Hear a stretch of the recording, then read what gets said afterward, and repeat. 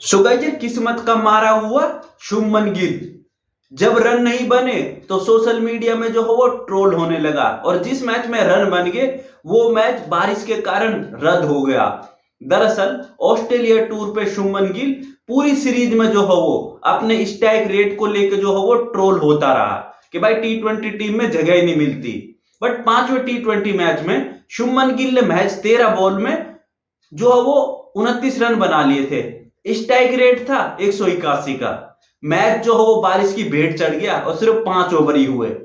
ऐसा इसी मैच में नहीं हुआ, इससे पहले जो है वो पहला टी20 मैच था, वहां भी जो है वो शुभमन गिल ने 20 बॉल में 37 रन बना दिए थे और 185 का स्ट्राइक रेट था। वहां भी जो है वो मैच बारिश के कारण रद्द हो गया। तो जो जिन दो मैचों में शुभमन गिल ने अच्छी परफॉर्मेंस की वो बारिश की भेंट चढ़ गए और इसके सिवाय जो 3 मैचों में शुभमन गिल की प्रॉपर बैटिंग आई वहां शुभमन गिल का स्ट्राइक रेट कम था और वहां शुभमन गिल को जो है वो ट्रोल किया गया। अगर ओवरऑल बात करें तो शुभमन गिल का ओवरऑल जो ऑस्ट्रेलिया में परफॉर्मेंस है वो कहीं से अच्छा तो दिखाई दे नहीं रहा। बतौर वनडे पहले 3 खेले, वहां 3 वनडे में शुभमन गिल ने 43 रन बनाए कुल जमा, 10 रन 9 रन और 24 रन।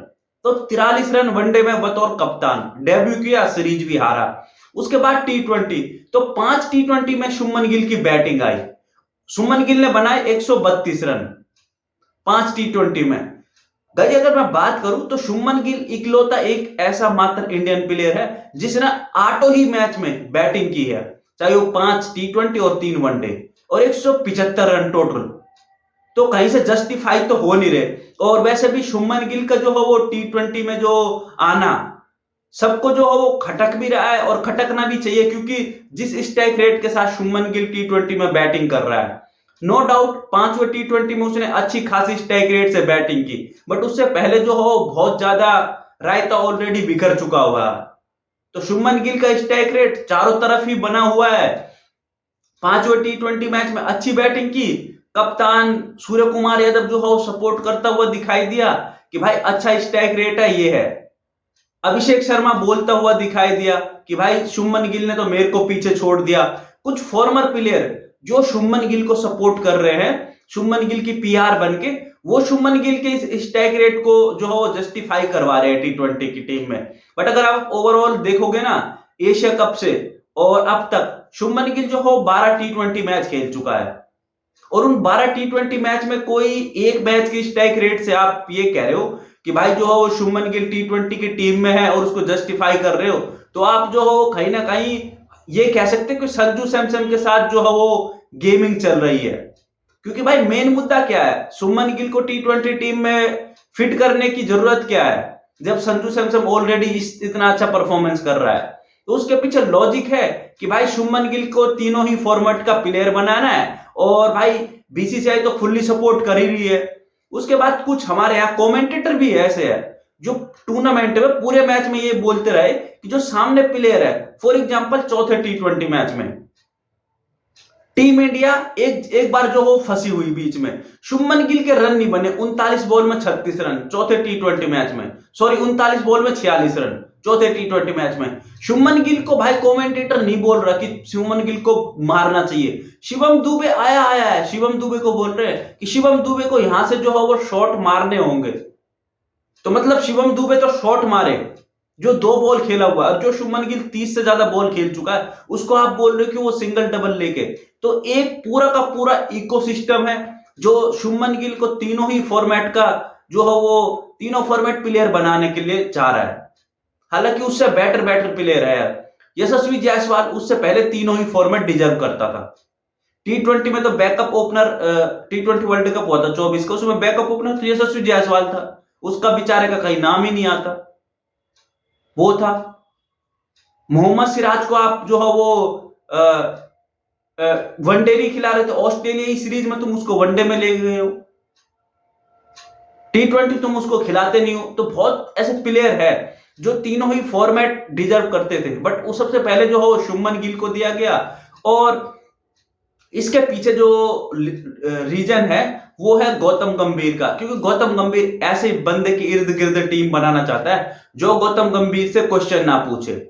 फॉर एग्जाम्पल बात करें T20 की कैप्टेंसी में, तो T20 की कैप्टेंसी में हो क्या रहा है, आपने देखा होगा पिछले 1 साल से जब से गंभीर कोच बना है, सूर्य कुमार यादव एक भी प्लेयर की अपनी मर्जी का नहीं चुनता T20 में, सारे के सारे गौतम गंभीर के होंगे। सूर्य कुमार यादव स्टेटमेंट देता है कि भाई मेरी और गौतम गंभीर की जो सोच इतनी अलाइन है कि जो मैं डिसाइड कर लेता हूं वही गौतम गंभीर भी टीम खिलाता है। हमारी 99.9% टीम जो हो वही होती है, तो ये वही नहीं होती है, टीम होती है गौतम गंभीर की। सूर्य कुमार तो एक रबड़ स्टैम्प कप्तान बना हुआ है।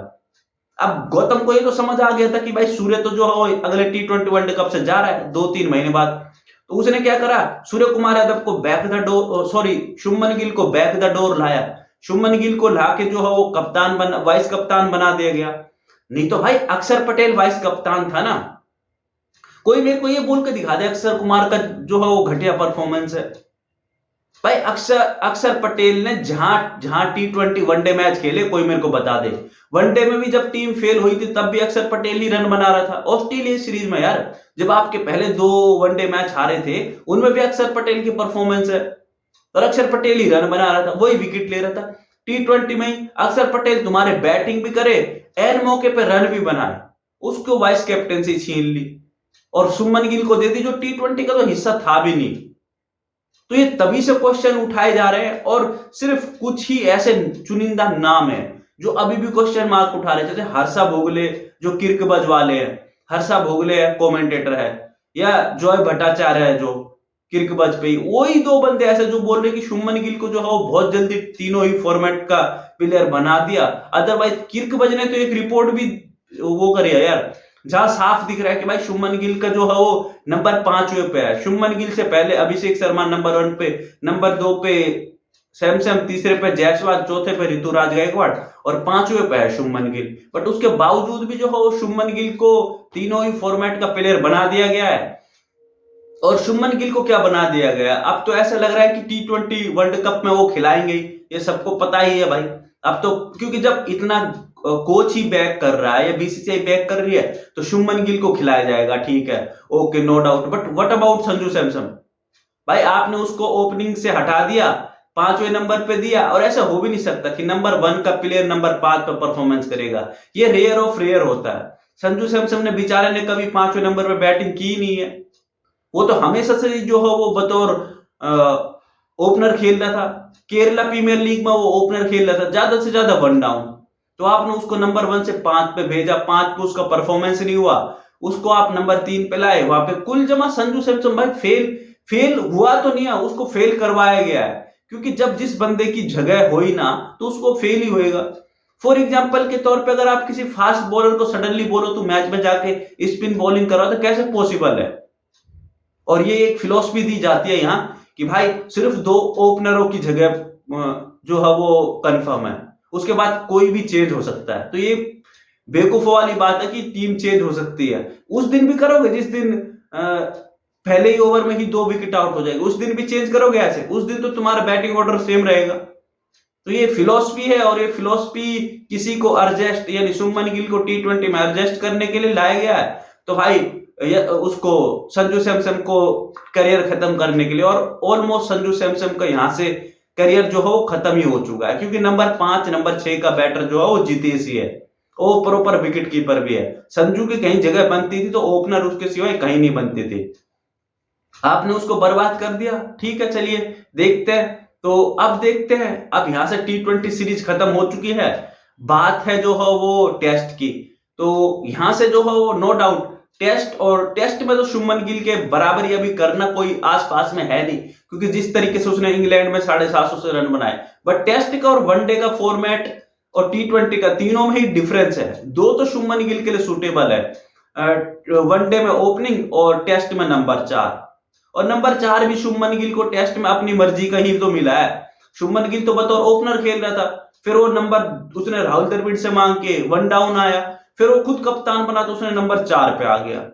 तो मर्जी तो चल रही है उसकी, देखते हैं कब तक चलेगी, और हमें कुछ फर्क नहीं पड़ना चाहिए, परफॉर्मेंस डिलीवर होना चाहिए। स्पेशली T20 में हो तो T20 में हर कोई क्रिटिसाइज कर रहा है, बट टेस्ट और वनडे में कोई क्रिटिसाइज नहीं करता, क्योंकि भाई बंदा डिजर्व करता है।